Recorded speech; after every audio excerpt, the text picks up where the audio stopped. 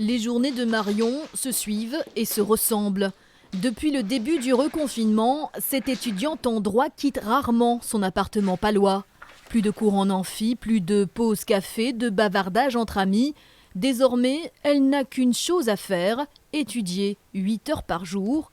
Une situation pesante. Le plus compliqué, c'est la solitude. On a tendance à être dans notre bulle, du coup. Même s'il y a quand même pas mal d'entraide, il y a des groupes sur les réseaux notamment. Il y a des matins où vous vous levez et vous n'avez pas envie? Oui, oui, forcément. Des fois, il ne faut pas trop réfléchir, sinon c'est là que c'est un peu plus compliqué. Ne pas réfléchir et ne pas se laisser distraire par la télévision ou juste l'envie de faire autre chose. Si Marion a pu installer son bureau dans un endroit à part, d'autres n'ont pas cette chance. Fabien vit en cité universitaire dans sa chambre de 17 mètres carrés. Il est vite à l'étroit. Lui aussi se sent seul, mais il est surtout inquiet pour son avenir et la valeur de son diplôme.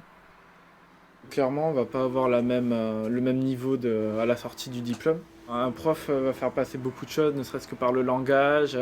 On va pouvoir plus facilement leur poser de questions. Et du coup, leur réponse aussi va être mieux adaptée. Donc très clairement, le présentiel et le distanciel, il y a un fossé énorme entre les deux. L'université de Pau accueille plus de 13 500 élèves.